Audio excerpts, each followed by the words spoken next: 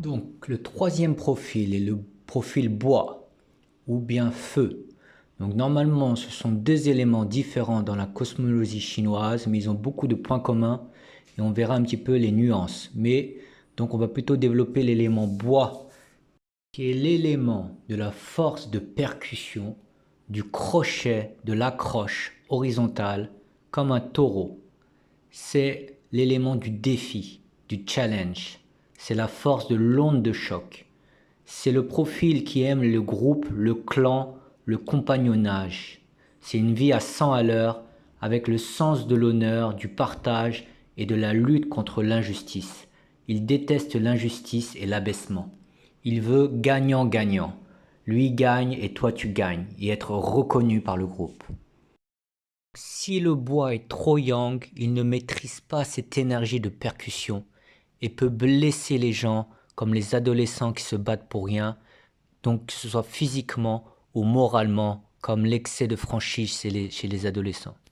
C'est aussi le sportif de haut niveau qui est l'homme de défi qui cherche à toujours aller plus haut, plus vite et plus fort. Donc l'individu yang peut devenir un phénomène de force admiré de tous par ses performances, comme une sorte de machine, comme on dit, oh la bête. Ça veut dire une sorte de cyborg qui va toujours repousser ses limites pour plaire au public. Donc c'est un petit peu comme un taureau qui cherche des murs de plus en plus forts et durs à ouvrir, comme d'abord des murs de cuivre, puis des murs de fer, puis des murs de béton, pour toujours repousser ses limites et aller même après jusqu'à la vitesse du son. Pour ceux qui font des courses, pour avoir plus d'adrénaline, plus de records, etc. Le sport de haut niveau a dépassé les limites au XXIe siècle. À force de vouloir toujours battre plus de records, ils en ont usé des moyens de dopage de plus en plus sophistiqués et qui mettent en danger la vie des sportifs. Ce n'est pas que dans le domaine sportif, cela peut être aussi une femme fatale, une bête de scène, une grande chanteuse. Ça peut être des grands rappeurs au niveau verbal, ou ça peut être aussi un grand comique qui claque les vannes et qui a du bagou. Ou même une super guerrière féministe qui n'a peur de rien, comme les Femen. Lors de la première rencontre, cet élément va plus faire attention à aux aspects musculaires et nerveux, c'est-à-dire le dynamisme, l'allure, le style, et aussi les actions, par exemple ce que la personne a fait dans sa vie. Donc il peut être très impressionné par des grands hommes d'action, comme style sportif, bandit, ou au contraire la police d'élite, etc. Mais il veut des actions et des preuves. L'élément bois est yin, donc bloqué. Il sera un bélier boiteux. Ça veut dire il a des peurs et il n'a pas les moyens d'être ce phénomène, ce héros, et donc il en souffre. Donc il va s'éparpiller et il va manquer d'enracinement, comme un bélier boiteux. Donc il va courir un petit peu partout, il va beaucoup courir avec 4000 idées, mais sans efficacité. Le bois yin peut être aussi une grenade qui peste contre une injustice et qui rumine sa colère comme une horloge remontée. Cela peut donner un forcené ou un meurtrier. Il peut finir aussi en hôpital psychiatrique car le système nerveux est déréglé et il peut avoir des psychoses. L'élément bois-feu est comme un tendeur ou comme un coup de fouet. Donc c'est-à-dire comme sur une action de 1 à 10, 1, 2 et boum, 10. Donc par exemple pour le bois yang, par exemple un adolescent qui ne canalise pas son énergie, ou pour le bois yin, quelqu'un qui pendant des années a accumulé de la frustration et peut devenir donc un forcené. Le tendeur se détend d'un coup et ça fait boum, encore plus mal, plus fort. Donc cet élément doit apprendre à être plus comme un ressort ou comme un caoutchouc plus souple qui rebondit et non pas qui se tend. Dans la ville, l'élément bois ne sera pas dans les hauts buildings comme le métal ou dans les maisons bien construites comme l'élément terre. Il aura souvent une habitation non enracinée, un petit peu bazar, car il est porté sur le mouvement extérieur et les liens sociaux surexponentiels, donc il ne s'enracine pas. L'élément bois dépense, donne, partage et souvent ne construit pas Et s'il construit une fortune, il peut la dilapider aussi vite. C'est un feu qui roule à 500 km/h. Donc dans la ville, il sera surtout à l'extérieur, à créer des liens et à être surtout dehors dans les rues. Dans le Monopoly de la vie, l'élément bois Yang va d'abord avoir une montée avec la vie à 100 km/h dans son groupe avec des actions percutantes et claquantes. Mais s'il va trop loin, s'il veut toujours plus, il va avoir des retours de bâton, des boomerangs de percussions fulgurantes et tonitruants. Il peut être emprisonné, il peut subir un règlement de compte, il peut être tabassé ou il peut être assassiné. L'exemple de James Andanson, le grand photographe paparazzi, qui était de tous les bons coups. Il allait toujours plus vite, plus fort. Il a d'ailleurs photographié l'accident de Lady Diana et il était le top dans la hiérarchie des photographes paparazzi. Et à force d'aller plus haut, plus fort, il a peut-être trempé dans des affaires politiques et il a été retrouvé brûlé, carbonisé dans sa voiture. Au niveau des sportifs, Ramon Dekker, le Hollandais, le plus grand champion de boxe thaïlandaise étranger, donc en dehors des Thaïlandais. Il était connu pour son style dévastateur, il mettait KO son adversaire à coups de genoux et de coups de coude. Mais à force d'aller plus haut et plus fort, il est mort à l'âge de 40 ans d'un arrêt cardiaque en faisant de la bicyclette. Peut-être utilisait-il trop de cocaïne et d'anabolisants pour ses performances. Les sportifs au XXe et XXIe siècle vont beaucoup trop loin. Par le rythme, il peut y avoir un emballement, un choc des organes pouvant entraîner une mort prématurée.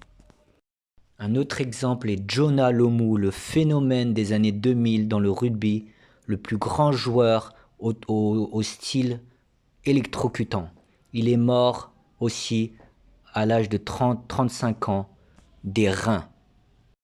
Et aussi Bruce Lee qui est mort à 33 ans.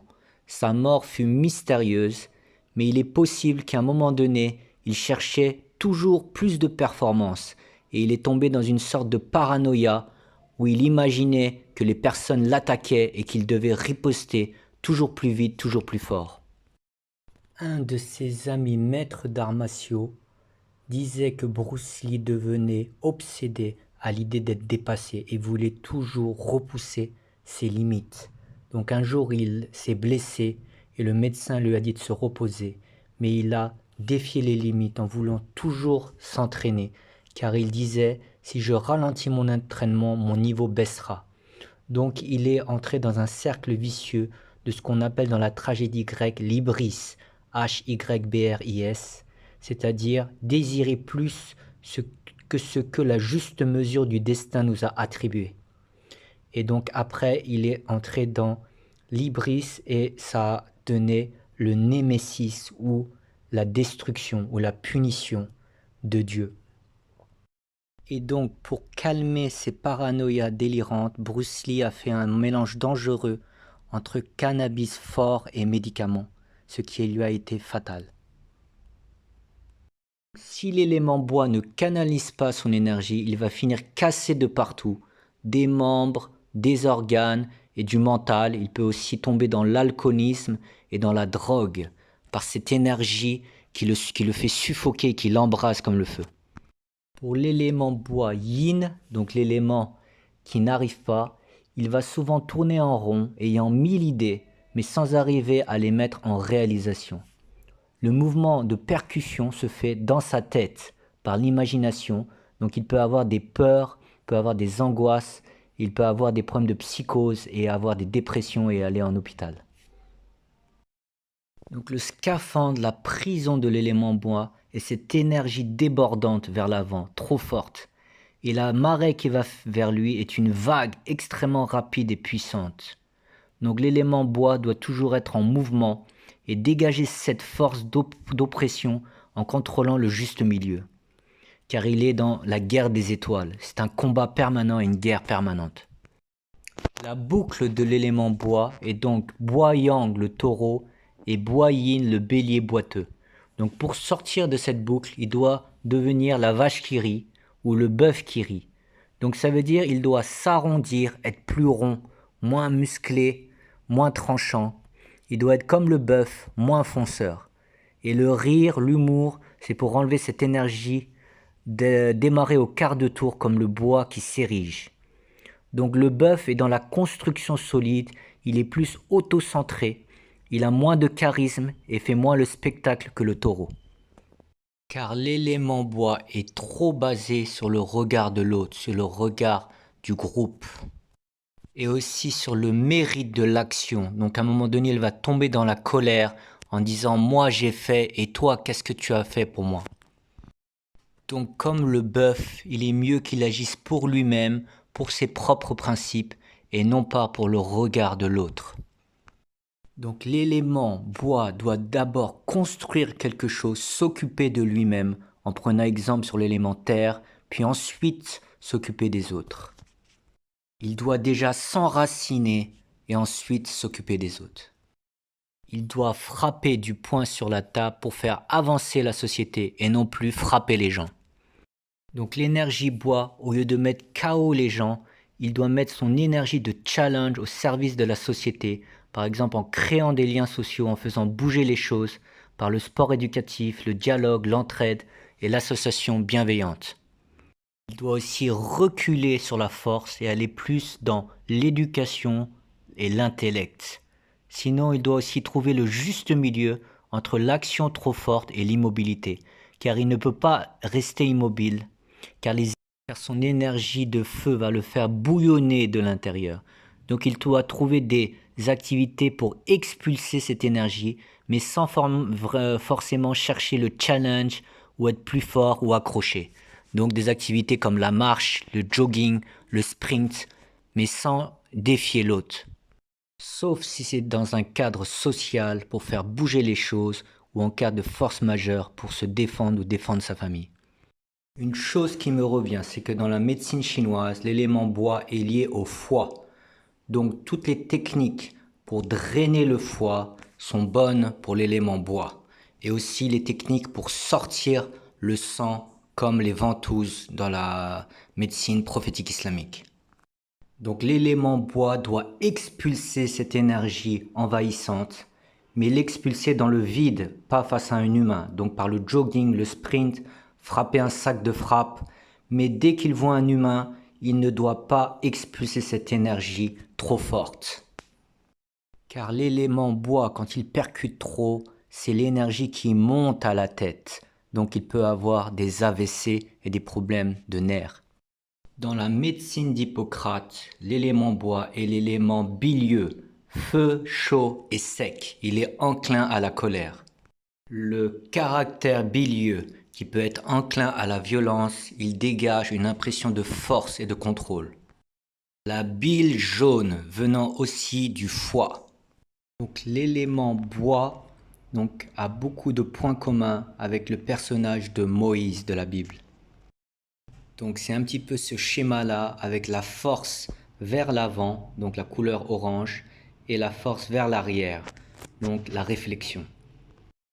Donc les étapes de vie de Moïse est que donc le pharaon voulait tuer tous les enfants mâles puisqu'il avait eu un voyant qui lui a dit qu'un enfant, un homme serait responsable de sa chute. Donc la mère de Moïse a lancé le couffin de Moïse dans le fleuve, dans la rivière, et il a été recueilli par la femme du pharaon. Donc il a été éduqué par le pharaon, qui ne l'a pas tué, mais qui l'a affaibli. Suite au test du diamant et de la braise, donc Moïse, enfant, mit une braise dans sa bouche, ce qui brûla sa langue et provoqua son zozotement, et aussi l'extraction d'une partie de sa lèvre. Donc le premier point de l'élément bois, c'est qu'il va souvent à l'enfance avoir un affaiblissement. Et cet affaiblissement va pouvoir parfois permettre qu'il n'aille pas trop loin dans cette force vers l'avant, qui est trop explosive. Ensuite, Moïse a eu le grand tournant de sa vie, donc c'est quand il a tué un homme d'un coup de poing. Donc ça, cela correspond pour l'élément bois, donc à sa période où il explose sa force et utilise trop sa force. Cela peut être dans ses rapports avec les autres, dans la délinquance, dans le sport, dans des sports extrêmes ou d'autres cas. Donc comme on l'a vu, s'il continue dans cette voie, il sera soit assassiné, soit frappé ou soit cassé de partout.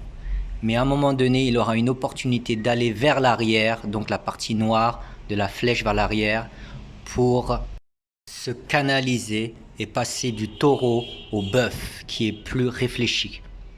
Donc dans la vie de Moïse, c'était la retraite vers Médiane sous les ordres de Jéthro, donc il lui a dit de rester avec lui 8 à 10 ans. Pendant cette période, il a appris auprès de ce prophète qui était Jéthro, donc la sagesse des prophètes, et il était aussi berger, donc il a réussi à canaliser son énergie et à apprendre à gérer un groupe. Pour les autres, donc la retraite peut être soit la prison qui va les aider à réfléchir, l'hôpital ou même une maison d'un proche qui les éloigne de la zone de feu. Et ensuite, une fois qu'il a canalisé son énergie, il peut revenir comme Moïse est revenu en Égypte pour aller combattre le pharaon. Donc une fois qu'il a canalisé son énergie, il peut agir de manière plus sage. Trois cas, trois personnes qui ont des points communs précis avec Moïse, donc des personnalités. Donc le premier, Mike Tyson. Donc déjà, son nom de famille Tyson, ça signifie le tison. Donc c'est un petit peu comme Moïse, le tison ardent. Donc quand Moïse a rencontré Dieu et que Dieu lui a parlé par l'arbre, le tison, le buisson, le tison de feu. Ensuite, comme Moïse, Tyson zozote. Et aussi, il n'a pas confiance en lui, malgré qu'on croit que c'est la super terreur. En réalité, il n'a pas confiance en lui. Il le disait quand il était jeune. Et son premier entraîneur était obligé de faire une sorte d'hypnose en lui disant tu es une bête pour qu'il puisse se transcender pendant les combats. Donc un petit peu comme Moïse, il n'avait pas confiance en lui. Donc pour la partie orange, donc de sa période de vie tout feu tout flamme, sans contrôle. Donc Mike Tyson, comme on le sait, c'était la terreur de ring et aussi avec un train de vie démesuré et plein de caprices et d'excentricité. Donc ce fut la période de tous les excès, bagarres, alcool, excentricité comme acheter un tigre, jusqu'à qu'il soit emprisonné en 1992 pour viol. Donc là, c'est sa partie en retrait, dans la partie noire, puisqu'il a fait 4 ans de prison. Et il a pu réfléchir, et il a pris l'islam, et s'est assagi. Et ensuite, son deuxième ralentissement, ça a été une terrible épreuve, puisque c'est la perte d'une de ses filles en bas âge lors d'un accident. Enfin, le troisième ralentissement, ça a été tout simplement la fin de sa carrière qui l'a éloigné de l'adrénaline du ring. Donc Tyson disait souvent que quand il reprenait, cette adrénaline et cet instinct animal revenaient. Et donc maintenant, loin des rings, il est plus équilibré et très convivial et proche. Ensuite, le deuxième personnage, donc qui est proche de Moïse et qui est inattendu, c'est le parrain de la mafia, Thani Zampa. Donc déjà, le premier affaiblissement, c'est déjà que son père a changé la date de sa naissance de mars à avril, car il disait que en Sicile, le mois de mars était le mois de la naissance des fous. C'est le signe astrologique du poisson. Et ensuite, à l'âge de 7-8 ans, il a eu une épreuve exactement comme Moïse, il s'est brûlé la langue et a failli mourir par cette épreuve, et cela a provoqué un zozotement comme Moïse. Et donc, pour la période orange vers l'avant, donc on n'a pas besoin de faire un dessin, ça a été une vie de bandit toute sa vie et de violence, et malheureusement pour lui, pas de retraite vers l'arrière, donc la partie noire. Et donc, à la fin de sa vie, il est mort, on peut dire, comme fou, il entendait des voix et se sentait menacé par des forces invisibles. Donc comme Moïse contre les sorciers, il est possible qu'il a été attaqué par des démons. Et donc ça peut être les mêmes démons qui l'ont aidé à devenir le grand parrain de la mafia marseillaise, mais à la fin de sa vie, rattrapé peut-être par son astrologie, je ne sais pas, son destin, Ses démons se sont retournés contre lui. Il a fait plusieurs tentatives de suicide et a fini par réussir à se suicider en se pendant. Ensuite, le plus grand boxeur français ou le plus mythique, Marcel Cerdan. Lui aussi était entre deux eaux, entre l'avant, le clinquant et le feu et l'arrière, la stabilité qui peut paraître plus fade.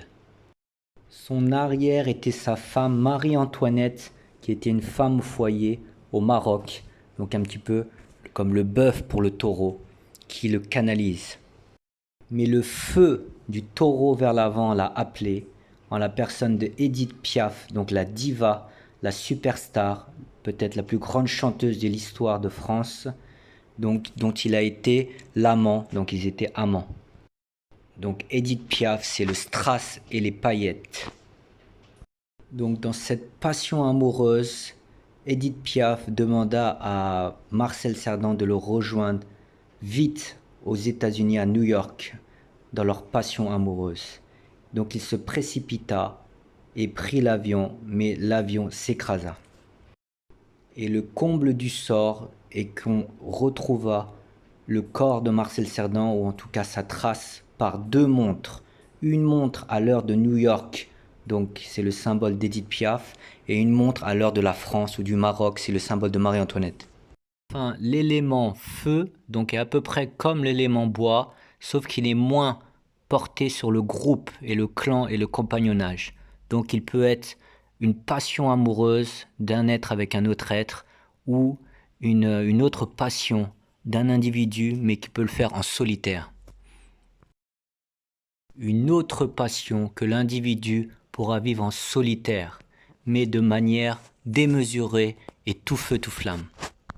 Ça peut être la passion de Dieu et devenir ainsi un moine. Ça peut être la passion d'un art, comme la peinture, la musique. Et alors, il va se fixer que sur ce point-là et fera abstraction des autres choses.